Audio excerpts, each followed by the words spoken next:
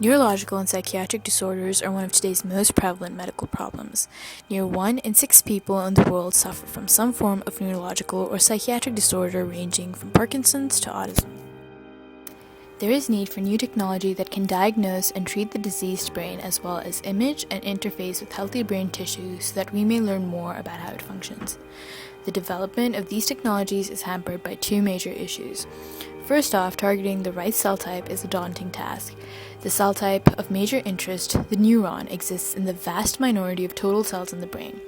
In fact, only about 10% of the cells in the brain are neurons, while the remaining 90% are composed of support cells called glia.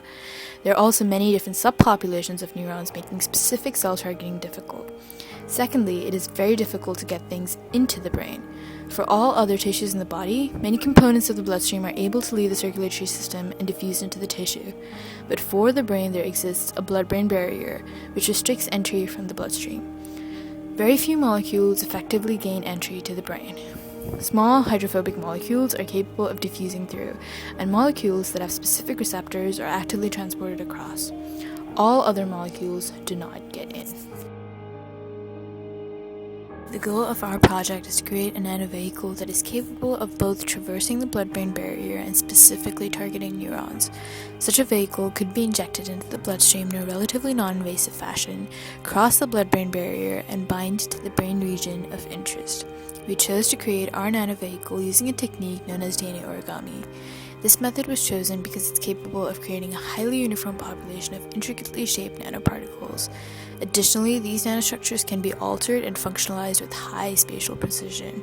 DNA origami works by self-assembling one large piece of DNA with many small oligonucleotides. Once the appropriate solution is prepared, products can simply be formed by rapid heating followed by slow cooling.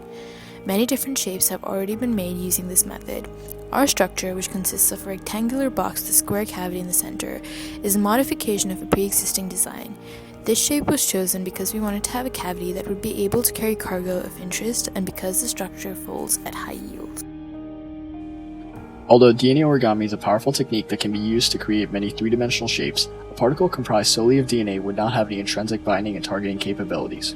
Because of this, we developed a general strategy to polyvalently display a large amount of bioactive peptide groups. We accomplished this by extending the helices in the 5' direction off the face of the structure. These single-stranded extensions can be capped with complementary DNA strands possessing targeting mempeptide. Because our structure has two faces exposing helic ends, we are able to functionalize each face with different peptides. Our structure is comprised of 124 helices, therefore, each of the two faces can hold up to 64 peptides. We used two peptides that were previously discovered using phage display libraries.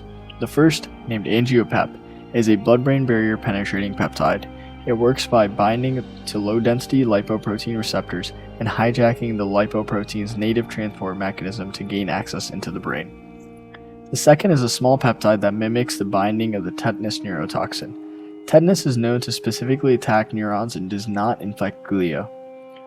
Once in the bloodstream, nanoparticles functionalized with both these peptides should be able to get into the brain and selectively bind to neurons.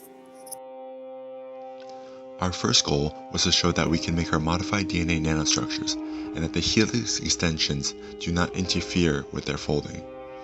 We found that our product was still capable of being formed with extensions from either one or both faces of the box. Transmission electron microscopy was used to confirm the shape of our particles in all cases. Successful structures were also formed with two different sequences extending from each face. We next verified that the capping of the box faces was possible. We showed this by using a fluorescent capping group and looking for our product using agarose gel electrophoresis. The gel band was only fluorescent when the complementary extensions were present on the nanoparticle. Next, we used chemical synthesis to create targeting oligonucleotide caps. We attached our peptides to the complementary oligonucleotides using an inert polymer spacer so that the peptides were not adjacent to the highly charged DNA particle. Proton NMR spectroscopy was used to confirm our synthesis was successful. After successfully creating our nanostructure as well as our peptide-containing cap, we were ready to test bioactivity of our design. we created a nanoparticle with one face containing our neuron-targeting peptide, as well as a red tracking dye in the cavity. We administered a solution of either the peptide cap structure or a control that just contained the DNA nanoparticle to cover slips containing primary hippocampal neurons. After incubation for an hour, we clearly saw fluorescent cells when our product was used, but relatively little when the control was administered.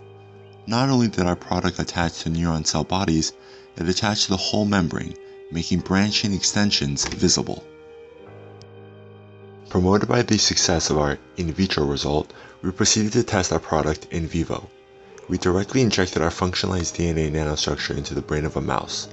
After comparing the brain slices against a control injection of the peptideless particle, we noticed a large amount of fluorescence in the slices that had our final product. These preliminary results seem to indicate that the presence of these peptides is what allows our structure to remain in the brain. Structures not containing the targeting peptide did not remain in the brain and were rapidly cleared from the tissue. At this time, we are not able to image the fine neuron morphologies, but these preliminary results make us optimistic that our strategy of targeting the brain from the bloodstream with a dual-targeted nanostructure may be successful.